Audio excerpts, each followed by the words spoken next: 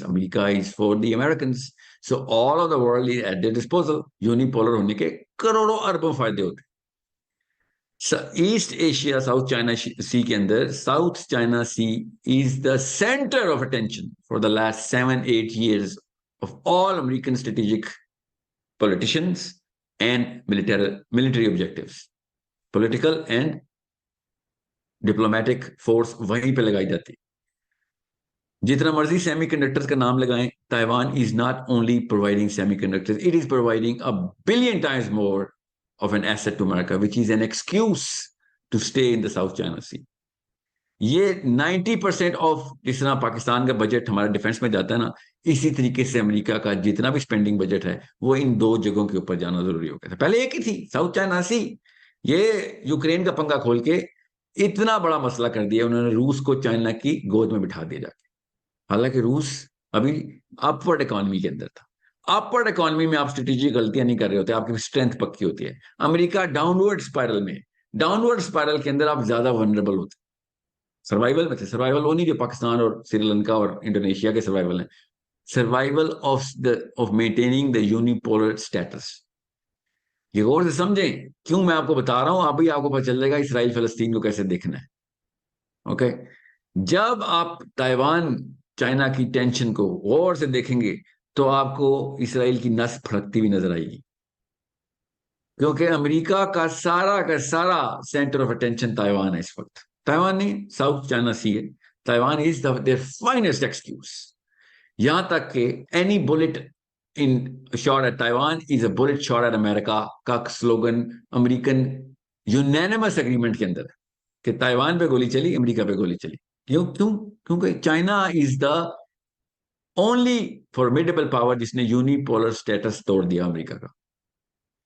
अब गौर समझें, इतना मैंने अपनी पसली तोड़ के वहां पे लगाई हुई हो, दूसरी पसली तोड़ के यूरोप में लगाई हुई हो, और वहां पे हमला हो जाए रूस का और मुझे मजबूरन जाना पड़े क्योंकि मैंने खुद पंगा किया था वहां पे, तो मुझे काफी सारा स्पेंडिंग बजट वहां पे डालना पड़ेगा। 3 मिलियन राउंड पिछली तो पहली किस्त में दिए थे आर्टिलरी फायर करने के लिए। अब उन्होंने 2 मिलियन और राउंड मांगने के लिए कहा कि 2 मिलियन राउंड और दें।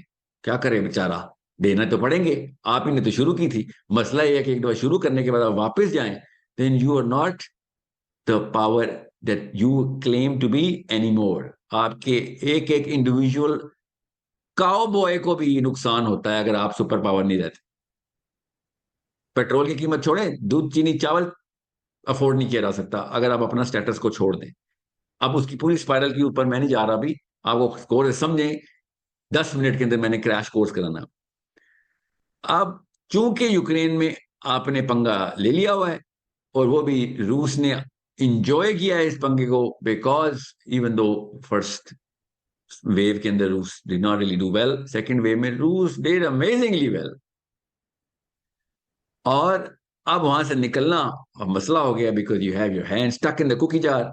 All of a sudden America को जो एक्सक्यूज चाहिए थी वहां से निकलने की, ओके, वो अब इसराइल की इतनी बड़ी प्लेट में मिल गई है उसको।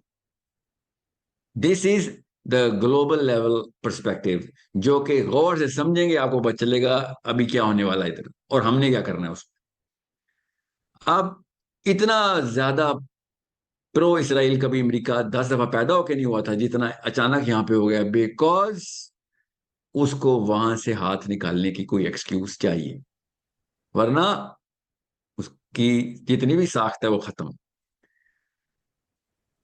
असली अटेंशन उसकी आपको पता है ना किधर, अभी बताया वो साउथ चाइना सी ताइवान के ऊपर ही है इस वक्त।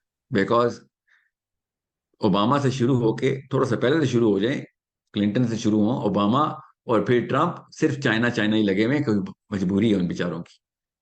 ठीक है, there is a problem, there is a pact between China and Pakistan, you need to know what that pact is. There's a pact between Russia and China, you need to read what that pact is. ये defence pacts को गौर से पढ़ें, खुद पढ़ें, अपनी पिछली नस्लों की तरह ना कहें कश्मीर बनेगा पाकिस्तान और यही नहीं पता कश्मीर का मसला है क्या। You need to read this. Now understand where Israel-Palestine conflict settles in this all of this game. तब आपको पता चलेगा ये अफवाहें क्यों उड़ती हैं। चाइना ने अपना एयरक्राफ्ट कैरियर मेडिटेरेनियन सी में भेज दिया, बहुत बड़ी खबर है। और मुझे जब ये खबर मिली, ऑफ कोर्स इसी तरह व्हाट्सएप पे मिलती है, आई स्टार्ट कॉलिंग कि भाई वेरीफाई करो, अगर तो भेज दिया है फिर तो मामला किसी और ही तरीके से, हमारे मेरे पाकिस्तानी होने के और ही कुछ फराइज बनते हैं, डायरेक्शन ही बदल जाती है, और अगर नहीं भेजा तो फिर मेरा काम कुछ और बनता है। इस तरीके से इस्लाम के फराइज को देखना है आपने, क्योंकि जिम्मेदारी की मैट्रिक्स वेल डायरेक्टेड होनी, राइट डायरेक्टेड होनी चाहिए। मगर नहीं, हमने तो, हमें तो पता भी नहीं क्या हो रहा है। हम तो देखते हो पाकिस्तान आर्मी नहीं कर रही तो नवाज शरीफ और इमरान खान से नहीं हम फारिग हो सक रहे, और cricket match, this is not how it's gonna work. जय नमाजों पे रो रो के कुछ नहीं होने वाला जब तक कि सही तरीके से वेल डायरेक्टेड एफर्ट नहीं कर रहे आप। अल्लाह ताला ने कुरान पाक में कौम का लफ्ज इस्तेमाल कहा है कि खुदा ने आज तक उस कौम की हालत नहीं बदली, ना हो जिसको ख्याल खुद अपनी हालत के बदलने का। ये सुना तो मैं इकबाल का शेर रहा हूं, मगर ये कुरान पाक की आयत है कि आप क्या समझ रहे हैं, ऐसे दुआएं कबूल होती? आपके मुसल्लों में बैठने से फलस्तीन आजाद हो जाना है? दुआएं कबूल होती हैं, फिक्र नहीं करें, उसकी अल्लाह ताला ने फॉर्मूला बताया हुआ है। मैं भी अभी बताता हूं आपको, इस वक्त मैं आपको बता रहा हूं। ना हो जिसको ख्याल खुद अपनी हालत के बदलने का ख्याल दिला दिला रहा है, कि सही ख्याल करें, अपनी हालत बदलनी कैसे है आपने। जूम इन करते हैं जरा इसराइल के ऊपर। 2006 में, 2006 के बिगर कॉन्फ्लिक्ट के अंदर जिस बंदे की इतनी उम्र है, वो, उसको याद है, और वाकई अगर वो देख रहा था, और जिसकी उम्र नहीं, हो यूट्यूब कर ले। इतने मोटे मोटे तस्वे बहाते हुए इसराइल के यहूदी फौजी जान की पनाह अमान मांगते हुए जा रहे हैं। 18 इधर पकड़े में हिजबुल्लाह ने, 22 मार दिए हुए हैं, 150 के हॉस्टेज निगोशिएशन हो रही है। ये है असल में दुनिया की सबसे ताकतवर फौज, जो कि दुनिया की सबसे वीक फौज हिजबुल्लाह ने उठा के पटकी भी थी। और ये ग्लोबल कैटास्ट्रफी कह रहे थे इसको, ग्लोबल कैटास्ट्रफी। फॉक्स न्यूज और सीएनएन के एंकर आंखों से आंसू बहाते बहाते वो लाइव कवरेज दे रहे हैं कि ये कितने जालिम मुसलमान लोग हैं। लिटरली आईडीएफ के फौजी रोते रोते रो रहे हैं, रो रहे, लिटरली दे क्राइंग कि हमारे साथ हो क्या रहा है। अरे पाकिस्तान की मस्जिदों के मेंबर में, और अब इसराइल वॉर में हम सब इकट्ठे हुए थे, हम कुछ नहीं कर सकते, वो बहुत ताकतवर फौज है। मतलब ये मुसलमानों के हालात हैं जो अल्लाह अकबर से नमाज शुरू करते हैं और कहते हैं नहीं, असल में भी अल्लाह को बताएंगे कि अल्लाह, अल्लाह अकबर, क्योंकि मैंने ये नमाज का ड्रामा करना है, और बच्चे को बताएंगे इसराइल अकबर। ये साइकोलॉजी दे रहे नीचे। 7 दिन से लेबनान में, 7 दिन हो गए लेबनान में मेजर प्रोटेस्ट चल रहा है। जाहिर है हिजबुल्लाह, हिजबुल्लाह के अपने, वो हिजबुल्लाह वाले मामला आती हैं तो पाकिस्तान और इंडिया, और इंडिया तो खैर मुसलमान मुल्क नहीं, इंडोनेशिया, कतर, मोरक्को, हर हर गवर्नमेंट के ऊपर अवाम कह रही है कि आप कुछ क्यों नहीं कर रहे।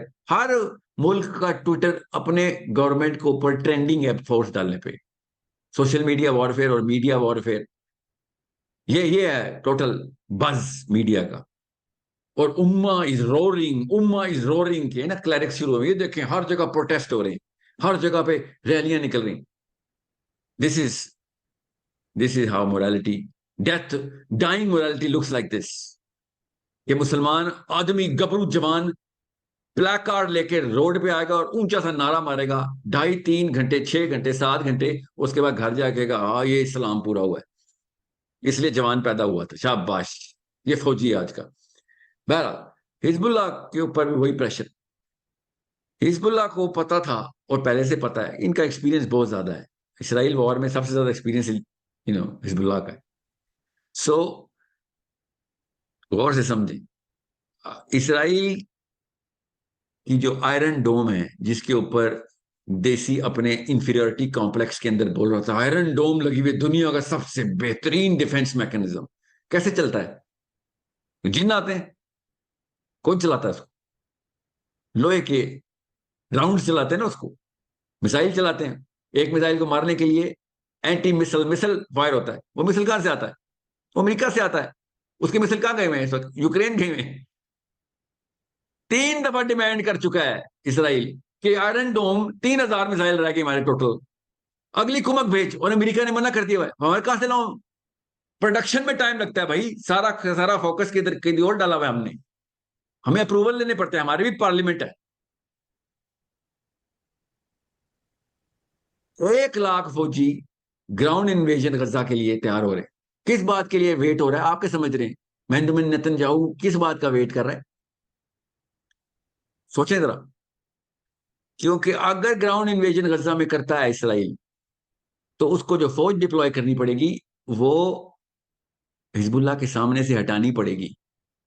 और हिजबुल्लाह वेट कर रहा है कि बच्चा सलामत कदम बढ़ाए ना जरा आप गजा की तरफ, शाबाश, हम तो आपका इस्तकबाल करेंगे, आप कदम बढ़ाएं। फिर देखिए करते क्या, हम तो वेट ही ये कर रहे हैं। ये है इसराइल की दुनिया की सबसे ताकतवर फौज, जो कि इस वजह डरी हुई है कि मैं नॉर्थ से अगर साउथ की तरफ एंट्री करता हूं गजा की तरफ, तो नॉर्थ से तो प्रक्षेपण उड़ा देंगे। 11 टैंक फ्रीज कर चुके हैं हमारे पिछले 7 दिनों में। 9 अक्टूबर को 2 टैंक फ्रीज, फ्रीज कैसे करते हैं? टैंक के अंदर बैठे हुए बंदे मार देते हैं। इनकी आर्मर्ड कोर इस तरीके से फ्रीज हो रही। सो अंडरस्टैंड, जूम आउट और zoom in, see what's the reality. Israel के अंदर की सिचुएशन सुने। इसराइल के अंदर बेंजामिन नेतन्याहू इम्पीच होता हो गया हुआ है, बस आखिरी सांसें ले रहा था। 2 लाख बंदा रोड पे था कि इस 2 नंबर ने पार्लियामेंट को सुप्रीम कोर्ट से भी ऊपर कर दिया, आप बिल पास कराएगा। 13 बेसिक प्रिंसिपल्स गए भाड़ में हमारी तरफ से, ये इसने डिक्लेरेशन दे दी हुई थी, क्योंकि इसको अपना ऑडिट चल रहा था। इसने इस दौरान इतने बड़े तौरात सुनानी शुरू कर दी। तौरात सुना रहा, क्यों? और राइट विंगर्स लिकुड पार्टी को इसने कोलिशन की हुई थी।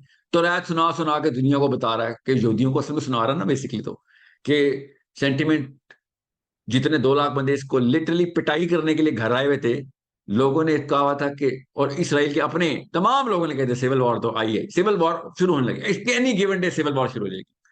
पायलट्स, क्लर्क्स, गवर्नमेंट डॉक्टर्स, सब ने रिजाइन कर दिया हुआ था कि उतारो इसको, ये फ्रॉड को, करप्शन के सबसे बड़े चार्जेस इसके ऊपर। और अचानक ये वाक्य के अंदर ये तुराज सुनाता फिर रहा है। ये इस बंदे के वही हालात हैं जो पाकिस्तान नवाज शरीफ इमरान खान जरदारी के अपने साख्त के पीछे दुनिया में जिस मर्जी को मरवा दो। और कौन क्या बोल रहे हैं इनके थिंक टैंक्स, ये यहूदियों की स्ट्रेटजी, और ये मैं मुसलमानों की वीडियोस की बात बता रहा हूँ, ये फलस्तीन के सॉरी ये जो अल जजीरा के ये जो एनालिस्ट हैं कि यहूदियों ने जो बेंजामिन नेतन्याहू ने अपने हॉस्टेज भेजते हैं और जान के उन हॉस्टेज के बहाने बॉम्बिंग करते हैं, अपने हॉस्टेज भेज के जान के उसको मारते हैं, उधर सिविलियन को भी मारने के लिए। इनको इनको इनकी आर्मी को भी ट्रेनिंग हुई। आपको मतलब इतनी बेसिक कॉमन सेंस नहीं है आपके अंदर कि हॉस्टेज को क्यों मारा जाएगा? हॉस्टेज को इसलिए मारा जाएगा बिकॉज पहली बात तो यह कि वॉर क्राइम का ऑडिट होना है। अगर एक भी सर्वाइवर बच गया तो बेंजामिन नेतन्याहू को उल्टा टांग देंगे, और कभी जिंदगी में कोई दोबारा ये वाली हरकत नहीं कर सकेगा जो ये अभी कर रहा है, जो कवर देने की कोशिश कर रहा है। He needs to make sure there are no survivors of the crimes that IDF is committing. जिस टाइम पे गोली चलती है ना, ऑटोप्सी रिपोर्ट ये भी बता देती है कि ये तो कल का मरा हुआ बंदा है। हमने तो 7 अक्टूबर को कहा था कि हमने तो इनके बच्चे तो 7 अक्टूबर को मारे थे, ये वाला बंदा तो 19 अक्टूबर को मरा है। इतनी सिंपल सी एक मैथमेटिक्स है, बेसिक कॉमन सेंस है, जिसके थ्रू पता चल जाता है कि भाई कब किसको किसने मारा। और ये वो अपनी तरफ से एक मिथ बनाई हुई है कि वो हॉस्टेज, खुद हॉस्टेज भेज के उनको मार देते होते। Why would they want to kill their own hostages? अगर ये प्रूव हो गया कि नेतन्याहू ने ये सारे के सारे काम किए हैं, याद रखिएगा मैं इसराइल के अंदर हूं इस वक्त, तो इसराइल के अंदर जो बम बन चुका हुआ इस वक्त इतना बड़ा बम बन चुका है इसराइल के अपने यहूदी इस वक्त, उन सबको पता है कि नेतन्याहू 2 नंबरी करके ये सब कुछ कर रहा है। हमें नहीं पता होता नवाज शरीफ और जरदारी क्या कर रहे होते, इनको भी पता है। और इनको ये भी पता है कि पूरी दुनिया अब इनके अगेंस्ट हो गई है। दुनिया की सबसे बड़ी आर्मी की सबसे बड़ी जो पॉपुलेशन है ना, इकोनॉमी, उनको सबको पता है कि हम तो गए। आप वो पैनिक के मैसेजेस पढ़ें जो अमेरिका और इसराइल के चल रहे हैं, वो ब्लेटेंट गालियां सुने एक दूसरे को कि तुम अपना प्लान तो बता, अमेरिका पूछ रहा है कि तू प्लान तो बता, कि ग्राउंड इन्वेजन करेगा, तेरा प्लान क्या है? उसका मतलब पता क्या है? कि कितने बंदे भाई, वॉर ऑफ एट्रिशन में you go there, simple war of attrition. तेरे पास टोटल 3,000 राउंड्स बचे हुए, तेरी तो आयरन डोम बंद हो जानी है। जैसे ही आयरन डोम बंद होनी है, हमास के पास 60,000 रॉकेट्स तो अभी पड़े हुए, और क्या पता कितने पड़े हुए। तूने ग्राउंड इन्वेजन करनी है, मेजर फोर्स वहां उतार देनी है, तेरे टैंक आगे फ्रीज हो रहे हैं पीछे से, हम हिजबुल्लाह ने तुझे फ्राई करके रख देना है, और तू समझ रहा है हम एंटर होंगे? अमेरिका लिटरली बोल रहा है कि डू यू एक्चुअली थिंक हम इन्वेट करेंगे, ग्राउंड फोर्सेस तुझे देंगे? यमन, अल्लाह भला करे, यमन ने लिटरल स्टेटमेंट क्या दी हुई है कि यार इसराइल पे क्या क्रूज मिसाइल चलाने, जो चला रहा है कब से वो, अकेला मुसलमान मुल्क है। हम अमेरिका की बेसिस उड़ा देते हैं, हमारे तो घर के अंदर खोली हुई है उन्होंने सऊदी अरब में, हमें क्या है? अमेरिका को नुकसान पहुंचाना है, तू जरा बंदा उतार के दिखा। सो अमेरिका की जितनी भी सऊदी अरब के अंदर, और all of these basis UAE के अंदर, ये तो यमन की डायरेक्ट रेंज के अंदर है, उधर तो आयरन डोम नहीं लगी हुई ना। So everybody knows in America कि भाई ये बहुत ही गंदा बच्चा हमने पाल लिया था, अब इसके नखरे उठाने के लिए पूरी अटेंशन चाहिए थी, तो हमें वो अटेंशन वहां से उठानी पड़ेगी जहां पे असल में अमेरिका को चाहिए, जो कि ईस्ट एशिया में है और यूरोप में इस वक्त। The bigger picture is totally clear to all those people who know basics, कि दुनिया में निजाम चलते कैसे। इतना सिंपल सा मामला है। अब